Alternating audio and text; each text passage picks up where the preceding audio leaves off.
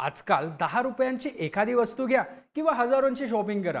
Payment करायची वेळ येते तेव्हा हात खिशातल्या मोबाईलकडे जातो आणि UPI ॲप्स एका क्लिकवर पेमेंट करण्यासाठी उपयोगाला येतात. पण जर तुम्ही ही ॲप्स पेमेंटसाठी वापरत असाल आणि तुमच्या UPI ID शी तुमचा इनॅक्टिव्ह मोबाईल नंबर कनेक्टेड असेल तर तुम्हाला UPI पेमेंट करताना अडचणी येऊ शकतात. कारण NPCIने या संदर्भात एक नवीन घोषणा केली आहे. त्याची अंमलबजावणी 1 एप्रिलपासून होणार आहे. खरं तर प्रत्येकच महिन्याच्या सुरुवातीला काही आर्थिक नियम बदलतात. त्यातले काही लोकांच्या फायद्याचे ठरतात, तर काही नियम सुविधा कमी करतात, त्यामुळे लोकांच्या गैरसोयीचे ठरतात. त्यातच एप्रिलमध्ये भारताचं नवीन आर्थिक वर्ष सुरू होतं.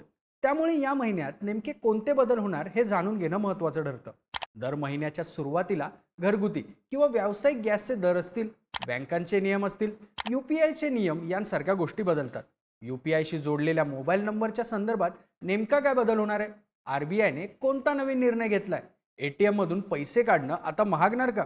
बँक अकाउंटमध्ये मिनिमम बॅलन्स किती असावा याबाबत नवीन नियम काय? एप्रिलपासून नेमके असे कोणते मोठे बदल होणार आहेत? अशाच 6 मोठ्या बदलांबद्दल जाणून घेऊया या व्हिडिओमधून. नमस्कार, मी अनिकेत आणि तुम्ही पाहताय बोलबिडू. पहिला बदल UPI अकाउंटच्या संदर्भातला. National payment corporation of India म्हणजेच NPCIने नवीन घोषणा केली आहे, ज्यामुळे आता बँका, UPI ॲप्स किंवा इतर पेमेंट सर्व्हिस प्रोव्हायडर ॲप्स यांना 31 मार्चपर्यंत इनॅक्टिव्ह असणारे मोबाईल नंबर काढून टाकण्याचे आदेश दिले आहेत. इनॅक्टिव्ह नंबर म्हणजे काय? तर जेव्हा आपल्या सिम कार्डचा रिचार्ज संपतो तेव्हा आपण रिचार्ज करून पुन्हा आपल्या कॉलिंग सेवा, इंटरनेट सेवा सुरू करतो. पण जर सिम कार्डचा रिचार्ज संपून 90 दिवस होऊन गेले आणि तरी तुम्ही रिचार्ज केलं नाही, तर टेलिकॉम कंपन्या या सिम कार्डच्या सेवा तुमच्यासाठी बंद करतात आणि तुमचा नंबर दुसऱ्या युजरला वापरण्यासाठी दिला जाऊ शकतो. तेव्हा तुमचं सिम कार्ड इनॅक्टिव्ह झालं असं म्हणतात.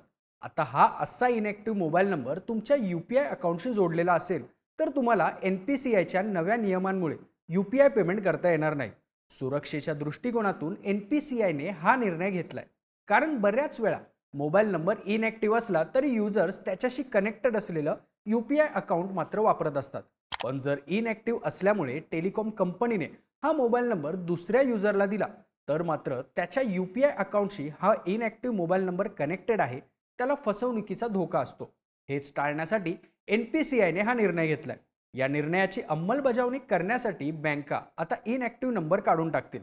त्यानंतर ज्यांचे नंबर काढून टाकण्यात आले आहेत अशा UPI युजर्सना त्यांच्या अकाउंटच्या सर्व्हिसेस बंद केल्याचं नोटिफिकेशन येईल. बँका कायमच ठराविक दिवसांनी असे नंबर काढून टाकण्यासाठी त्यांचे मोबाईल नंबर रेकॉर्ड्स अपडेट करत राहतील. UPI सेवा बंद होऊ नये यासाठी इनॅक्टिव्ह नंबर युजर्सना काय करता येईल? तर NPCIने बँकांना 1 एप्रिलपासून अशा सेवा बंद करण्याचा आदेश दिलाय. त्यामुळे युजर्सना आता कायम त्यांचा UPI किंवा बँक खात्याशी कनेक्ट असलेला नंबर ॲक्टिव्ह आणि अप टू डेट ठेवावा लागणार आहे. UPI सेवा बंद होण्याच्या अडचणीपासून वाचण्यासाठी जर तुमचाही इनॅक्टिव्ह नंबर UPI ID शी कनेक्ट असेल तर तुम्ही 1 एप्रिल आधी ॲक्टिव्ह नंबर UPI ID शी कनेक्ट करू शकता.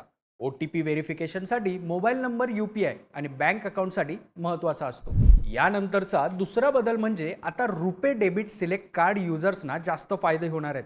NPCIने 25 फेब्रुवारीला एक पत्रक काढलं, ज्याद्वारे रुपे डेबिट सिलेक्ट कार्डच्या संदर्भात मोठे बदल करण्यात येणार असल्याचं सांगितलं.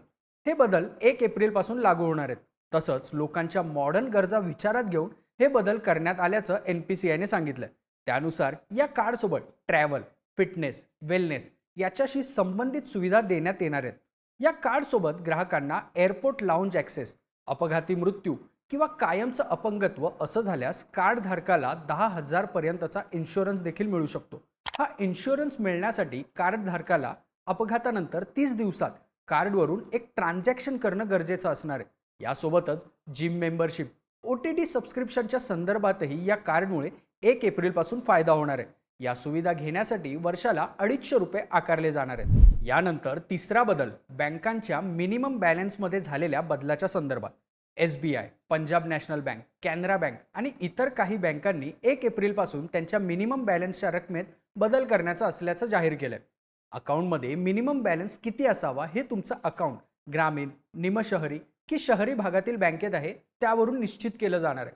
त्यावरून ठरवलेल्या मिनिमम बॅलन्स अकाउंटमध्ये ठेवला नाही तर दंडही भरावा लागू शकतो. आता या बँकांच्या मिनिमम बॅलन्सचा विचार करता मिनिमम बॅलन्सची रक्कम SBI मध्ये 5,000, पंजाब नॅशनल बँकमध्ये 3,500 तर कॅनरा बँकेत 2,500 इतकी आहे. पण ही रक्कम शहरी भागातल्या बँकांसाठीची आहे. यामध्ये आता वाढ होऊ शकते, तर निमशहरी भागातली रक्कम ही जुन्या रकमेच्या जवळपास जाऊ शकते. चौथा बदल आहे बँकिंग सर्व्हिसेसमध्ये एआयचा वापर होणार आहे. डिजिटल व्यवहारांना सुरक्षित करण्यासाठी 2 फॅक्टर ऑथेंटिकेशन आणि बायोमेट्रिक व्हेरिफिकेशन अशा सुविधा वाढवल्या जाणार आहेत. यासाठी आता बँकांकडून एआय चॅटबॉट्सचाही वापर करण्यात येणार आहे. ग्राहकांच्या समस्या सोडवण्यासाठी आणि त्यांच्या प्रश्नांची उत्तरं देण्यासाठी एआयचा वापर केला जाईल. पण यामुळे बँकांमध्ये लागणाऱ्या रांगा कमी होणार का? बायोमेट्रिक व्हेरिफिकेशनसाठी भरावी लागणारी कागदपत्र, फॉर्म्स, वेगवेगळ्या ऑफिसमध्ये मारावे लागणारे हेलपाटे हे थांबणार का? हे पाहणं सुद्धा महत्त्वाचं ठरणार आहे. पाचवा बदल पॉझिटिव्ह पे सिस्टीमच्या संदर्भातला. बँकिंग व्यवहारांमध्ये सुरक्षितता वाढावी म्हणून बऱ्याच बँका पॉझिटिव्ह पे सिस्टीम लागू करणार आहेत. आता यामध्ये काय होणार? तर 5,000 पेक्षा जास्त रकमेचा चेक भरायचा असेल तर त्या चेकचं व्हेरिफिकेशन केलं जाईल. यासाठी चेकचा नंबर, तारीख आणि ज्यांच्या नावे चेक देत आहोत त्यांचं नाव आणि रक्कम हे सगळं बँकांना अगोदरच सांगावं लागेल. हे सगळं नेमकं कशासाठी? तर चेक बाउन्स होणं, चेकच्या नावाखाली फसवणूक होणं असे गैरप्रकार आणि चेक भरताना होणाऱ्या चुका टाळण्यासाठी. साहजिकच आता 5,000 पेक्षा जास्त रकमेचा चेक असेल तर नुसतं चेक भरून भागणार नाही, तर बाकीच्या डिटेल्स सुद्धा बँकेला द्याव्या लागणार. अर्थात यामुळे लागणारा वेळ वाढणार असला तरी व्यवहारातली सेफ्टी सुद्धा वाढू शकते. यानंतरचा 6वा बदल आरबीआयच्या इंटरचेंज फी वाढीबद्दलचा. आरबीआयने एटीएम इंटरचेंज फी वाढवण्यासाठी मंजुरी दिली. इंटरचेंज फी म्हणजे एटीएम सेवा वापरण्यासाठी एका बँकेकडून दुसऱ्या बँकेवर आकारली जाणारी फी.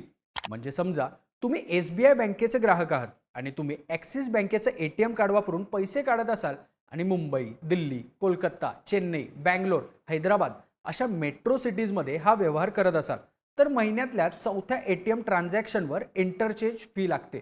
पहिले 3 ट्रान्झॅक्शन फ्री असतील.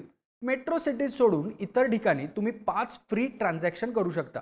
आता हे चार्जेस सुरुवातीला बँकेवर पडतात, ज्याची भरपाई बँक ग्राहकाकडूनच करते. पण या निर्णयामुळे लहान बँकाचं नुकसान होऊ शकतं असं सांगितलं जातं, कारण त्यांचं एटीएम नेटवर्क तितकं मोठं नसतं. त्यामुळे त्यांच्या ग्राहकांना इतर बँकांच्या एटीएमवर अवलंबून राहावं लागतं.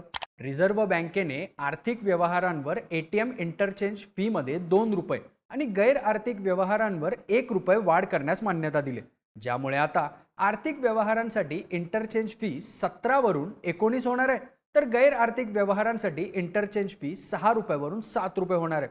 हा बदल लोकांनी जास्तीत जास्त ऑनलाईन व्यवहार करावेत, कॅश कमीत कमी काढावी यासाठी करण्यात आल्याचं सांगितलं जात आहे. हा बदल घोषित झाला असला तरी त्याची अंमलबजावणी 1 मे पासून केली जाईल असंही सांगण्यात येतं. या बदलांशिवाय घरगुती सिलेंडरच्या किंवा व्यावसायिक सिलेंडरच्या किमती असतील किंवा पेट्रोल, डिझेल, सीएनजीच्या किमती यामध्येही महिन्याच्या सुरुवातीला बदल होतात. नवं आर्थिक वर्ष 1 एप्रिलपासून सुरू होणार असल्यानं यावेळी अधिकचे बदल पाहायला मिळतील हे नक्की. या नवीन बदलांबद्दल तुम्हाला काय वाटतं? तुमची मतं आणि प्रतिक्रिया आम्हाला कमेंटमध्ये कळवा आणि अशाच माहितीपूर्ण व्हिडिओसाठी बोल भिडूच्या यूट्यूब चॅनलला नक्की सबस्क्राईब करा.